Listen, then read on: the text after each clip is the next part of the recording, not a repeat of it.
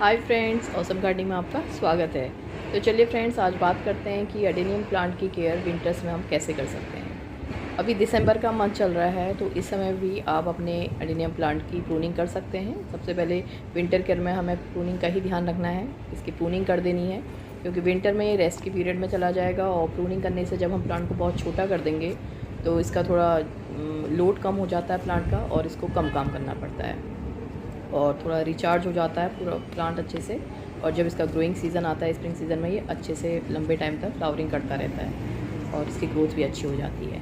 तो winter care में सबसे पहले आपको इसकी प्रूनिंग, अभी भी आपने अगर प्रूनिंग नहीं किया है तो ये भी अभी का टाइम भी बिल्कुल ठीक है।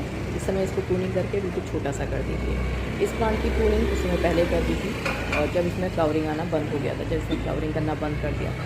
तो अभी भी अगर आपने नहीं किया तो अभी आप अपने प्लांट की प्रूनिंग कर सकते हैं। और प्रूनिंग करने के बाद जिस पॉइंट को आप जहाँ पे कट करेंगे, जहाँ से प्रूनिंग करेंगे, उन पॉइंट्स को ऐसे करके उसमें पेंट लगा दीजिए, नेल पेंट लगा दीजिए, या फिर उसमें टर्मेरिक भी आप यूज़ कर सकते हैं, क्योंकि इस प्लांट में फंगल इन्फेक्शन का बहुत ज़्यादा अटैक बहुत जल्दी हो जाता है। तो कोई किसी भी तरह का इंसेक्ट इस कटे हुए पार्ट में, क्योंकि ये इसमें सैप एक लिक्विड जेल सा निकल के आता है, और जिसमें कोई भी इंसेक्ट चिपक सकता है और इसमें किसी भी तरह का इन्फेक्शन हो सकता है। तो उससे बचाने के लिए इसमें पेंट लगा दीजिए, नेल पेंट लगा दीजिए, या फिर आपके पास टर्मेरिक है तो टर्मेरिक लगा दीजिए। तो इससे ये प्लांट इन्फेक्शन से बचा रहेगा। और दूसरा, अगर जैसे आप ये हेल्दी प्लांट देख रहे हैं, ये बहुत हेल्दी प्लांट है, स्ट्रॉन्ग प्लांट है। 3-4 साल हो गए हैं इस प्लांट को, तो ये काफ़ी हेल्दी हो चुका है। लेकिन अगर आपका छोटा सा प्लांट है और अभी अभी उसने फ्लावरिंग की है, फर्स्ट सीज़न की पहली बार उसने फ्लावरिंग की थी, तो ऐसे प्लांट की आप प्रूनिंग मत कीजिए, इस समय में मत कीजिए। मतलब मीन्स की उसके लिए आप प्रूनिंग का टाइम चूज़ करिए स्प्रिंग सीज़न में। स्प्रिंग में जब उसमें नई नई ग्रोथ आने लगेगी, डोरमेंसी के बाद नई नई ग्रोथ आप उस प्लांट में देखेंगे, उस समय उसमें से पुरानी पत्तियाँ या पुरानी स्टेम जो आपको देख रहे हैं कि ख़राब हो गई है, तब उसको रिमूव करिएगा। उससे पहले उसमें से डेड लीव्स होती हैं या फिर उसमें डेड स्टेम्स होती हैं, वो रिमूव मत करिए जब तक कि उसमें नई ग्रोथ नहीं आती है छोटे प्लांट्स के लिए। और उसके बाद प्रूनिंग के तुरंत बाद, चाहे आप अभी प्रूनिंग कर रहे हैं या स्प्रिंग में कर रहे हैं, उसके बाद उसे फर्टिलाइज़र दें। प्रूनिंग करने के तुरंत बाद इन प्लांट्स में फर्टिलाइज़र ऐड करें।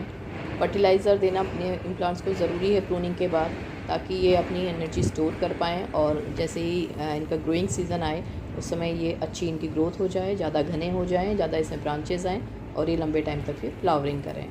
तो छोटे प्लांट्स के लिए आपको स्प्रिंग सीज़न में प्रूनिंग करनी है, और जब बड़े ऐसा प्लांट आपको दिख रहा है तो उसके लिए आप फ्लावरिंग के बाद कर लें, एंड अक्टूबर, नवंबर, दिसंबर में जब भी आपको लगता है कि प्रूनिंग करने का राइट टाइम है, तब आप कर सकते हैं। और दूसरी, इसके लिए विंटर केयर की अगर मैं बात कर, फर्टिलाइज़र की बात करते हैं। फर्टिलाइज़र में इसे गाउडन का लिक्विड फर्टिलाइज़र दीजिए, या फिर इसमें इसके सॉइल में वर्मी कंपोस्ट की मल्चिंग कर दीजिए। ये दोनों फर्टिलाइज़र इसके लिए अच्छा काम करते हैं। और इसके अलावा विंटर केयर में अगर मैं दूसरे बात करूँ कि सबसे पहले मैंने प्रूनिंग बताई, और प्रूनिंग के अलावा इसमें वाटरिंग का बहुत ध्यान रखना है आपको, क्योंकि एक सक्लेंट प्लांट है। सक्लेंट प्लांट जितने भी होते हैं उनमें वाटर को स्टोर करने की कैपेसिटी होती है। तो ऑलरेडी इनके पास, इनमें इसके जो कॉडेक्स है उसमें और लीव्स में वाटर रहता है, तो ज़्यादा वाटर इन्हें नहीं। वैसे भी विंटर्स में इस प्लांट की वाटर रिक्वायरमेंट बहुत कम हो जाती है। तो जब इसकी ऊपर की 2 इंच की मिट्टी सूखे, आप फिंगर से डिग करके देख लें, चेक कर लें, तभी सॉइल, अगर आपको सॉइल ड्राई लगे तभी आप इसमें वाटर दें। और जैसे मैंने विंटर केयर में सबसे पहले प्रूनिंग बताई, उसके बाद मैंने वाटर के बारे में बताया। अब मैं थोड़ा सनलाइट के बारे में बताऊंगी कि सनलाइट इस प्लांट को विंटर्स में जितनी ज़्यादा आप दे सकते हैं उतनी आप दीजिए। इसे ऐसी प्लेस पर रख दीजिए जहाँ ज़्यादा से ज़्यादा सनलाइट इसको विंटर में मिले। उससे इसमें जो इन्फेक्शन हो जाता है, बहुत ही डेलिकेट सा प्लांट होता है, इन्फेक्शन जल्दी हो जाता है, तो ये प्लांट इन्फेक्शन से बचा रहेगा अगर उसको सफिशेंट सनलाइट मिलती है। अगर ये ठंडी हवाओं में है, आउटडोर रखा है, तो इसको नेट के नीचे रख दीजिए, और जब भी सनलाइट आती है, धूप निकलने पर नेट को हटा दीजिए, ताकि इसको अच्छी मात्रा में धूप मिल पाए।